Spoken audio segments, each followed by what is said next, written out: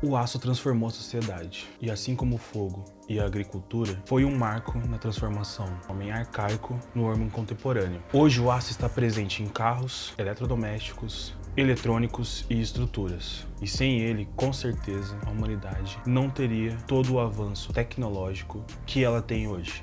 Se interessou? Então fica aí que eu vou te contar um pouquinho mais sobre a história e como é produzido o aço. Olá, eu sou Pedro Mante e seja muito bem-vindo ao Joule Inc. Então pessoal, nesse vídeo daqui a gente vai contar um pouco sobre a produção do aço e como ele é importante para a sociedade atual. Mas antes da gente contar um pouco sobre a produção do aço e a importância dele para a sociedade atual, a gente tem que ter um pouquinho de história. Então, vamos lá.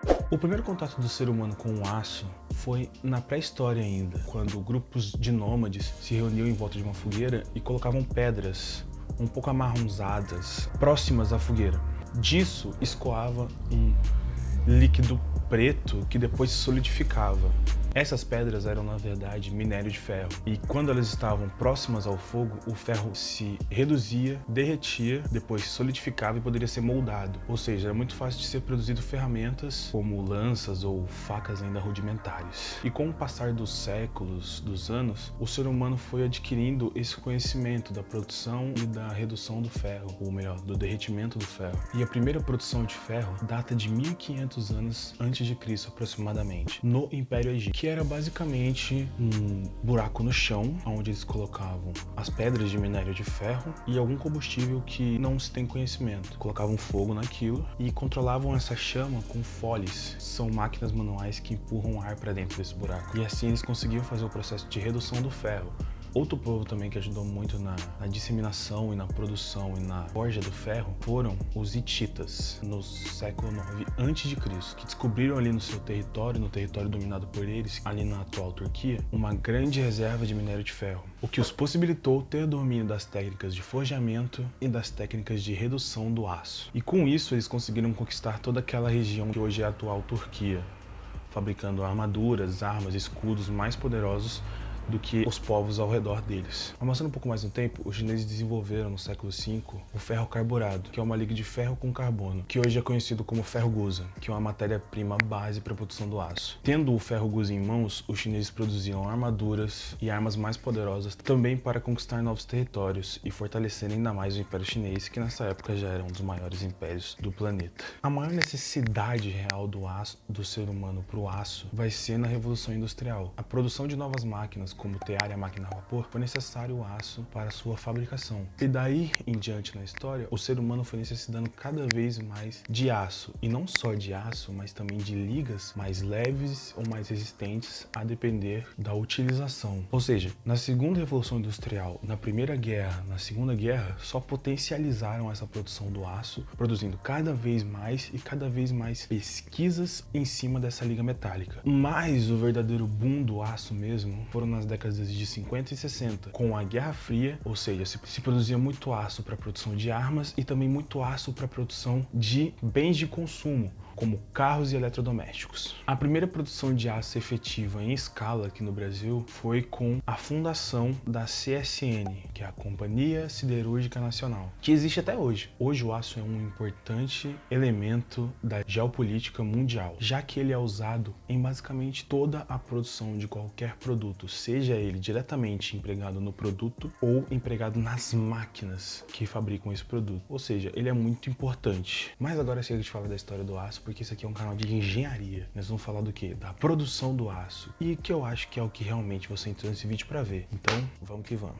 Vamos dividir aqui a produção do aço em duas etapas, a produção do ferro-gusa e a produção do aço em si. Bom, mas você deve estar agora se perguntando, o que é ferro-gusa? O ferro-gusa é uma liga metálica composta de ferro, carbono e outros materiais. Essa liga metálica, ela é produzida a partir do minério de ferro. Esse minério de ferro é extraído de jazidas de mineração e é levado para a siderúrgica. Além do minério de ferro como matéria-prima, temos ainda o carvão mineral, que é transformado no chamado coque, que é um carvão especial preparado para a produção de aço. E também temos o calcário. O calcário é colocado junto com o coque e com o ferro-gusa para remoção do enxofre presente no minério de ferro. E ele também ajuda na remoção do oxigênio presente no minério de ferro. Você já vai entender por quê quando a gente fala das reações.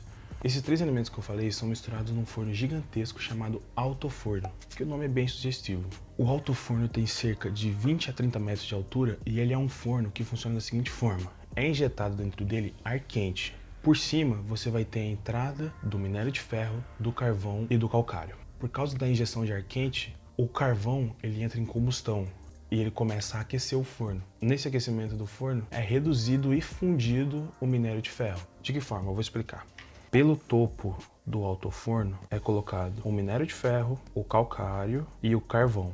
Ele é dividido em algumas etapas. Primeiro ocorre a redução do minério de ferro, depois ocorre a formação de um subproduto chamado escória, que são os elementos que não são interessantes para a minha liga metálica, mas apesar da escória não ser utilizada para a produção de liga metálica, ela é utilizada em outros ramos da indústria, como na produção de cimento ou na produção de piche para o asfalto. Na zona de 2000 graus é onde já existe a produção do ferro-gusa. O ferro-gusa ali ele já está pronto. Ali ele é separado da escória. O ferro-gusa desce por densidade, né? Ele desce por um lado e a escória vai para o outro. Nesse processo todo, há liberação de gases, como o CO, que é o monóxido de carbono, e o CO2, que é o dióxido de carbono. Esses gases, por serem obviamente mais leves que a matéria sólida, sobem para a parte de cima do altoforno e saem por tubulações que estão presentes no topo do altoforno. E eles ainda são reutilizados para combustíveis dentro da própria siderúrgica. Após o ferro-gusa sair do altoforno, existem duas opções.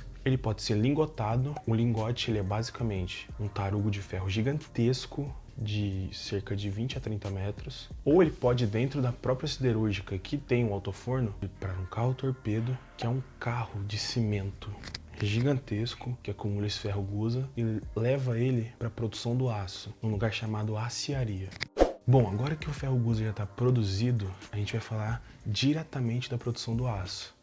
Para a produção do aço, a única matéria-prima, assim, essencialmente necessária é o ferro-gusa, mas também vamos ter aditivos para controlar o tipo de liga metálica que a gente quer ter. Se a gente quer uma liga metálica com mais carbono, se a gente quer uma liga metálica com menos carbono, com mais tenacidade, com mais resistência a impactos, com mais resistência à tração. Ou seja, isso tudo depende do tipo de aço que eu vou querer. Mas o processo é o mesmo para todos. Então, se liga que eu vou te contar como é que é. Na aciaria nós temos dois métodos de produção de aço. O primeiro é utilizando o chamado forno LD, que é um forno de injeção de argônio, que é esse argônio que vai provocar a queima dentro do forno. E esse forno LD ele é muito usado para aços que eu preciso ter um baixo teor de carbono e também para aços de média liga.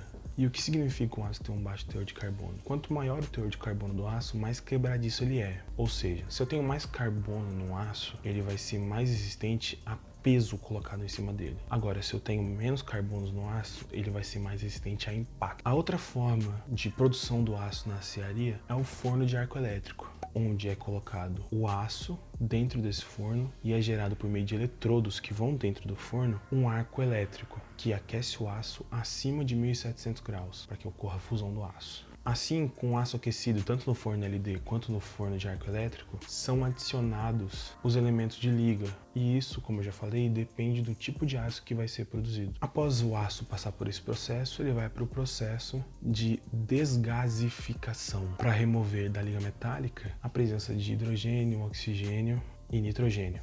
A presença desses elementos no aço torna ele mais suscetível a quebras e rupturas. Então é bom que ele seja removido do aço. E após esse processo de remoção dos gases, ele é lingotado e transportado. Ele ainda vai passar por um processo de conformação mecânica para ele ficar da forma necessária para a venda ou para a produção de algum produto. Ele pode ser conformado de diversas formas, desde fio, barras de diferentes perfis e chapas. E após esse processo de conformação mecânica, ele já pode ser vendido e distribuído para a produção de novos produtos, para a fabricação de estruturas metálicas ou N coisas que o aço pode ser aplicado. Bom, pessoal, e esse foi o nosso vídeo de produção do aço. esse vídeo deu um trabalho gigantesco, tanto de pesquisa quanto de gravação, e eu tenho certeza que ele vai dar um trabalho brutal de edição. Então, por favor, deixa o seu like para fortalecer o canal e para me ajudar. Como esse vídeo aqui, ele contém informações muito técnicas, eu vou deixar tudo na descrição do vídeo, as referências que eu usei e também um conteúdo a mais para quem quiser saber um pouco mais da produção de aço, não só no Brasil, mas no mundo inteiro. Ah, só mais uma coisinha que eu vou pedir para vocês. Por favor, se inscrevam no Instagram do canal, que isso também me ajuda demais, me ajuda a divulgar o canal e a ter um contato mais próximo com vocês do que aqui no YouTube. Tudo bem? Pessoal, muito obrigado pela atenção. Foi isso, fique com Deus e até a próxima.